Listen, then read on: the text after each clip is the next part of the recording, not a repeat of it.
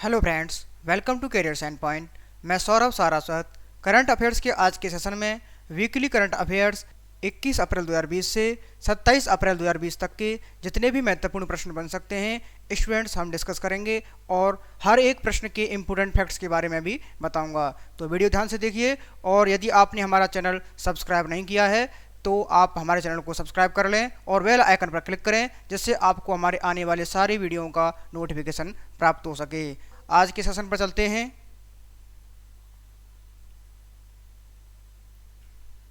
पहला प्रश्न है, किस राज्य सरकार ने कोरोना वायरस के मद्देनजर सिगरेट, बीड़ी, गुटखा, जर्दा, सुपारी, हुक्का, ई सिगरेट समेत सभी तंबाकू पदार्थों के उपयोग और बिक्री पर रोक लगा दी है? इसका करेक्ट आंसर है झारखंड। तो दोस्तों, झारखंड के मुख्यमंत्री हेमंत सोरेन और इसकी राजधानी रांची है।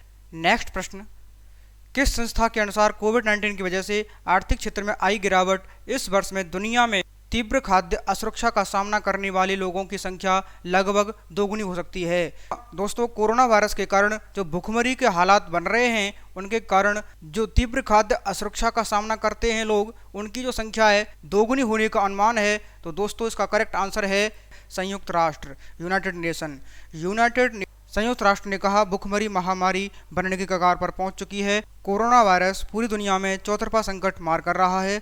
संक्रमण के कारण दुनिया भर में लोग बीमार पड़ रहे हैं। विश्व खाद्य कार्यक्रम का अनुमान है कि पेट भर भोजन नहीं कर पाने वालों की संख्या 2020 में 26.5 करोड़ हो सकती है, जो कि 2019 में 13.5 करोड़ थी। नेक्स्ट प्रश्न है दोस्तों, हरियाणा के मुख्यमंत्री मनोहर लाल खट्टर ने बताया कि कोरोना वायरस महामारी के बीच राज्य के रिपोर्टिंग करने वाले सभी पत्रकारों को कितने लाख रुपए का बीमा देगी? दोस्तों, इसका करेक्ट आंसर है 10 लाख रुपए। नेक्स्ट प्रश्न, फिच रेटिंग्स ने कोरोना वायरस महामारी के चलते लागू किए गए लॉकडाउन का हवाला देते हुए 2020-21 में भारत की आर्थिक वृद्धि दर का अनुमान घटकर कितने प्रतिशत कर दिया गया है? दोस्तों, फिच रेटिंग्स एक वैश्विक रेटिंग एजेंसी है जिसका मुख्यालय न्यूयॉर्क में है। इसका करेक्ट आंसर है 0.8%। कोरोना वायरस महामारी के चलते लागू किए गए लॉकडाउन और वैश्विक आर्थिक मंदी के कारण ऐसा किया गया। फिच रेटिंग्स ने कहा कि भारत के एकल घरेलू उत्पाद जीडीपी की वृद्धि दर अप्रैल 2020 से मार्च 2020-21 के दौरान 0.8% तक हो जाएगी, लेकिन बीते वित्त वर्ष के दौरान आंकड़ा 4.9% अनुमानित था। हालांकि 2020-21 में विकास दर 6.7% होने की उम्मीद है। वहीं 2020 कैलेंडर वर्ष की अंतिम तिमाही में ग्रोथ के 1.4% का पहुंचने की उम्मीद है। नेक्स्ट प्रश्न, हाल ही में सीमा सड़क संगठन ने किस राज्य के ऊपरी सुबनसिरी जिले में सुबनसिरी नदी के ऊपर दापोरिजो में 430 फीट लंबे बेली पुल का उन्नयन किया है? इसका करेक्ट आंसर है अरुणाचल प्रदेश। अभी तक इस पुल का वजन 24 टन था, जिसे अपग्रेड करके 40 टन किया गया है, जिसके भारी वाहनों की आवाजाही सुनिश्चित हो सके और यह पुल आसपास के लगभग 451 गांवों में वस्तुओं एवं सेवाओं की आपूर्ति की उपलब्धता को भी सुनिश्चित करने में मदद करेगा और ऊपरी सुबनसिरी जिले में बुनियादी ढांचे के विकास में सहायक होगा। यह पुल सुबनसिरी नदी पर बने 2 पुलों में से एक है जो अरुणाचल प्रदेश के दापोरिजो क्षेत्र को शेष राज्य से जोड़ता है। नेक्स्ट प्रश्न, केंद्रीय वित्त मंत्री ने 20 अप्रैल 2020 को नई दिल्ली में वीडियो कॉन्फ्रेंस के माध्यम से किस बैंक के बोर्ड ऑफ गवर्नर्स की 5वीं वार्षिक बैठक में भाग लिया? इसका करेक्ट आंसर है न्यू डेवलपमेंट बैंक। इस बैठक में भारतीय वित्त मंत्री ने एक विश्वसनीय वैश्विक वित्तीय संस्थान के रूप में न्यू डेवलपमेंट बैंक द्वारा किए जा रहे प्रयासों की सराहना की। न्यू डेवलपमेंट बैंक को ब्रिक्स के सदस्य देशों ब्राजील, रूस, भारत, चीन और दक्षिण अफ्रीका द्वारा वर्ष 2014 में स्थापित किया गया था। इसका उद्देश्य ब्रिक्स एवं अन्य उभरती बाजार अर्थव्यवस्थाओं तथा विकासशील देशों में बुनियादी ढांचों एवं सतत विकास परियोजनाओं में व्यापक संसाधन जुटाना है। न्यू डेवलपमेंट बैंक के बोर्ड ऑफ गवर्नर्स की पहली वार्षिक बैठक वर्ष 2016 में चीन में संघाई शहर में आयोजित की गई। दोस्तों, न्यू डेवलपमेंट बैंक का जो मुख्यालय है वो चीन में है, संघाई शहर में है। दोस्तों, नेक्स्ट प्रश्न है, जैव प्रौद्योगिकी विभाग ने कितने कंपनियों को चुना है जिन्हें कोविड-19 का टीका विकसित करने के लिए धन मुहैया कराया जाएगा? इसका करेक्ट आंसर है 3 कंपनियों को चुना है दोस्तों। 3 कंपनियों में Cadila health care limited, Bharat biotech international limited और serum institute of India private limited शामिल हैं। डीबीटी ने कोविड-19 के टीके को विकसित करने के लिए केंद्रीय समन्वय एजेंसी नामित की है। इसके अलावा उसे जांच और इलाज के तरीके निकालने के लिए 13 अन्य प्रस्ताव भी मिले हैं।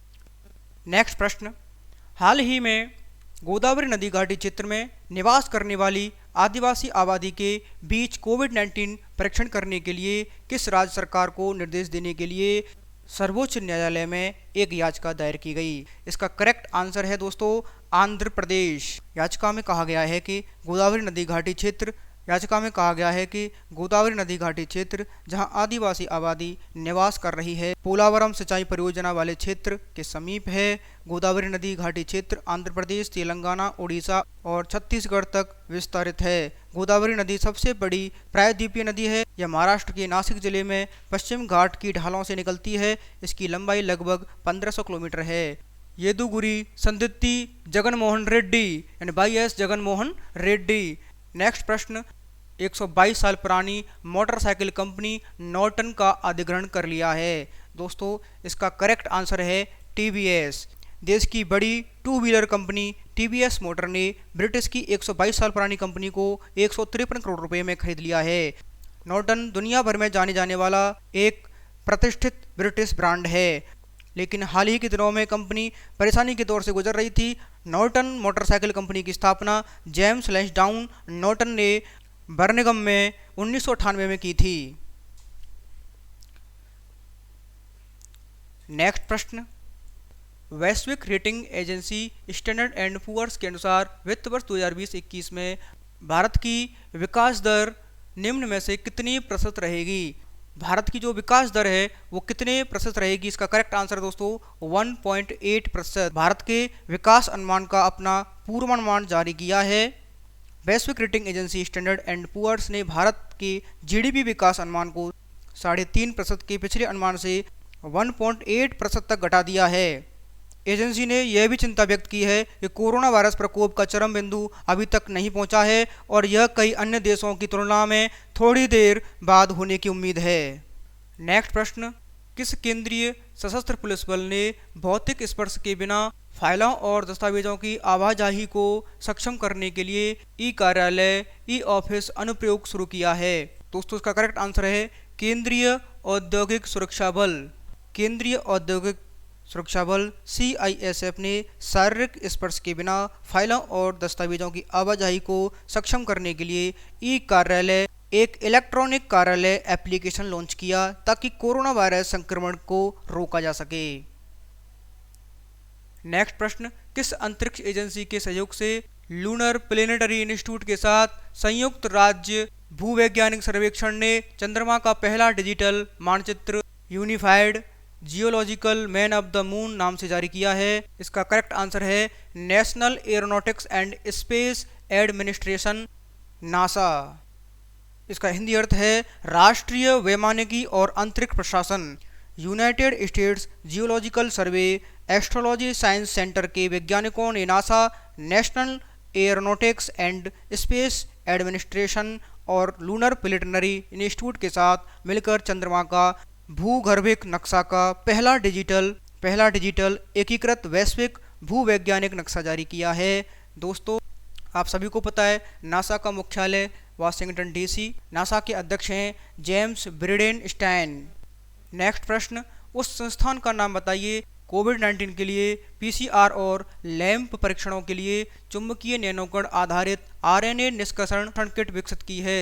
दोस्तों इसका करेक्ट आंसर है Shri Chitra Tirunal institute for medical sciences and technology. विज्ञान और प्रौद्योगिकी विभाग के तहत राष्ट्रीय महत्व का एक संस्थान ने कोविड-19 के परीक्षणों के लिए स्वैब के नमूनों से RNA को अलग करने के लिए राइबो न्यूक्लिक एसिड निष्कर्षण किट अर्थात चित्रा मैग्ना विकसित किया है, जो संक्रमण के सकारात्मक मामलों की पहचान करने के लिए संभावना को बढ़ाएगा। नेक्स्ट प्रश्न, किस भारतीय संस्थान ने कोविड-19 को पता लगाने के लिए पहली जांच की रियल टाइम पीसीआर डायग्नोस्टिक परख विकसित की है? दोस्तों इसका करेक्ट आंसर है आईआईटी दिल्ली। भारतीय प्रौद्योगिकी संस्थान आईआईटी दिल्ली के Kusma school of biological sciences के शोधकर्ताओं ने कोविड-19 का परीक्षण करने में मदद करने के लिए कोविड-19 का पता लगाने के लिए पहली जांच free real time PCR diagnostic परख विकसित की, जिसे इंडियन भारतीय मेडिकल काउंसिल और मेडिकल रिसर्च से मंजूरी मिल गई है। नेक्स्ट प्रश्न, 24 अप्रैल 2020 को चीनी अंतरिक्ष दिवस के अवसर पर इसका करेक्ट आंसर है तिएनवेन फर्स्ट। चीन के राष्ट्रीय अंतरिक्ष प्रशासन CNSA ने अपने पहले मंगल अन्वेषण मिशन को तिएनवेन फर्स्ट नाम दिया है और अंतरिक्ष दिवस के ऑनलाइन उत्सव के दौरान अपने लोगों लैक्सिंग टिटियन को भी जारी किया है, जो देश के पहले उपग्रह 1970 में डोंगफेंग होंग फर्स्ट के प्रक्षेपण की 50वीं वर्षगांठ का प्रतीक है। दोस्तों चीन के राष्ट्रीय अंतरिक्ष प्रशासन CNSA का मुख्यालय बीजिंग में है। नेक्स्ट प्रश्न, किस राज्य के भारतीय सूचना प्रौद्योगिकी और प्रबंधन संस्थान ने वैज्ञानिक अध्ययन के लिए गहन अंतर्दृष्टि प्राप्त करने के लिए शोधकर्ताओं को शब्दार्थ खोज इंजन विलोकाना विकसित किया है? इसका करेक्ट आंसर है केरल। भारतीय सूचना प्रौद्योगिकी और प्रबंधन संस्थान केरल ने एक सिमेटिक सर्च इंजन विलोकाना विकसित किया है, जिससे शोधकर्ताओं को वैज्ञानिक अध्ययन में गहन अंतर्दृष्टि प्राप्त करने और कोविड-19 का जल्द समाधान खोजने में मदद मिलेगी। नेक्स्ट प्रश्न, ब्राजील के खगोलविदों ने बृहस्पति और नेपच्यून के बीच सूर्य की परिक्रमा करते हुए 19 इंटरस्टेलर क्षुद्र ग्रहों की खोज की है। निष्कर्ष किस पत्रिका नोटिस में प्रकाशित किया गया है? इसका करेक्ट आंसर है रॉयल एस्ट्रोनॉमिकल सोसाइटी। ब्राजील में यूनिवर्सिटी एस्टेडुअल पॉलिस्टा के खगोलविदों ने बृहस्पति और नेपच्यून के बीच सूर्य की परिक्रमा करते हुए 19 इंटरस्टेलर क्षुद्र ग्रहों जैसे हमारे सौरमंडल के बाहर के क्षुद्र ग्रह की खोज की है। यह निष्कर्ष रॉयल एस्ट्रोनॉमिकल सोसाइटी के मासिक नोटिस और अध्ययन के प्रमुख लेखक फैथनी मोनी में प्रकाशित किया गया था। नेक्स्ट प्रश्न, डेनमार्क के ओलंपिक रजत पदक विजेता माथियास बोय ने हाल ही में सेवानिवृत्ति की घोषणा की है। वह किस खेल से संबंधित हैं? दोस्तों इसका करेक्ट आंसर है बैडमिंटन। दोस्तों डेनमार्क की राजधानी कोपनहेगन। नेक्स्ट प्रश्न, हाल ही में संन्यास की घोषणा करने वाले क्रिकेटर सना मीर किस देश के पूर्व कप्तान हैं? इसका करेक्ट आंसर है पाकिस्तान। अंतर्राष्ट्रीय क्रिकेट से संन्यास की घोषणा की। वह T20 गेंदबाजों की सूची में 41वें स्थान और ICC की वर्ल्ड रैंकिंग में 9वें स्थान पर हैं। नेक्स्ट प्रश्न, उसांगुली का हाल ही में निधन हो गया, वह कौन हैं? दोस्तों इसका करेक्ट आंसर है थिएटर एक्टर।